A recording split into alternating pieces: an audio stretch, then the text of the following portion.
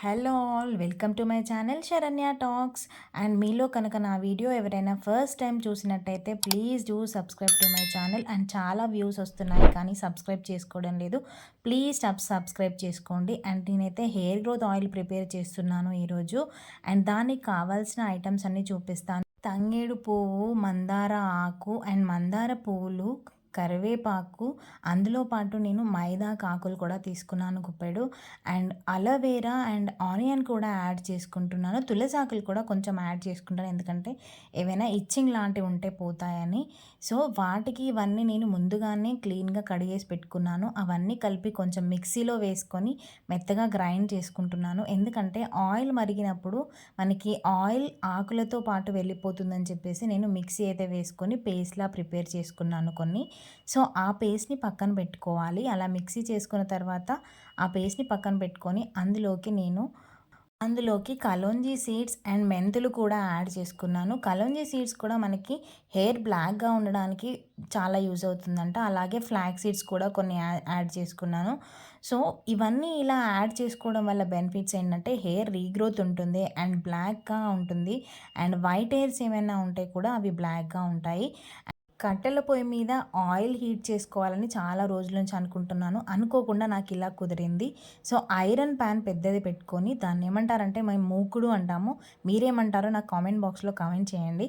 So అది heat అయిన తర్వాత అందులోకి నేనైతే వర్జిన్ కోకోనట్ ఆయిల్ యాడ్ చేస్తున్నాను. సో మేము ఇంట్లో ప్రిపేర్ చేసుకున్న ఆయిలే యాడ్ చేస్తున్నాను. సో అది కొంచెం హీట్ అయిన తర్వాత ఇందాక నేను అన్నీ మిక్సీ పట్టుకున్నాను కదా, అందులో కరివేపాకు మర్చిపోయాను. సో కరివేపాకు కూడా యాడ్ చేసుకోవాలి. అలా హీట్ అయిన తర్వాత అన్నీ యాడ్ చేసుకోవాలి. అందులోకి మందార పువ్వులు, కరివేపాకు, అలా అన్నీ యాడ్ చేసుకున్న తర్వాత మనకి అది ఫ్లేమ్ లోనే ఉంటుంది కాబట్టి సో మనకేం ప్రాబ్లం ఉండదు. సో అలా చూసారు కదా, ఆ పువ్వులు కూడా యాడ్ చేసుకున్నాను. అలా మరుగుతుంటే ఆ వచ్చే స్మెల్లే వేరబ్బా, చాలా బాగుంటుంది. మీరు కూడా ఎక్స్పీరియన్స్ చేయాలనుకుంటే కంపల్సరీ ఇది ప్రిపేర్ చేసుకోండి మీ ఇంట్లోనే.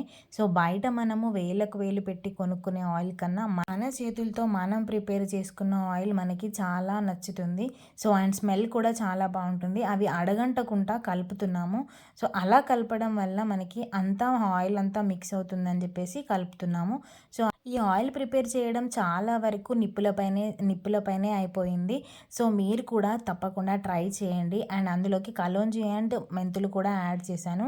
సో అవి కూడా మనకి మంచిగా మరిగిన తర్వాత ఆ ఫ్లేవర్ అనేది వస్తూనే ప్రిపేర్ చేసుకోవడం చాలా ఈజీ. సో ఇందులోకి ఫ్లాక్ సీడ్స్ కూడా యాడ్ చేసుకున్నాను. అండ్ అన్నీ యాడ్ చేసుకున్న తర్వాత ఇంకొకటి గుర్తొచ్చింది, దాంట్లో ఏంటంటే మర్రి ఊడలు కూడా యాడ్ చేసుకున్నాను. అవి హెయిర్ రీగ్రోత్కి చాలా యూజ్ అవుతాయి అండ్ లాంగ్గా కూడా పెరుగుతుంది హెయిర్. అలా అవి కలుపుకున్న తర్వాత కొంచెం ఇంకా గరిటెతో ఆయిల్ని కొంచెం మిక్స్ చేసుకోవాలి, ఎందుకంటే అవి మంచిగా మిక్స్ అయిపోతాయి కాబట్టి. సో అలా మిక్స్ చేసుకున్న తర్వాత ఆయిల్ ఇంకా ప్రిపేర్ అయినట్టే.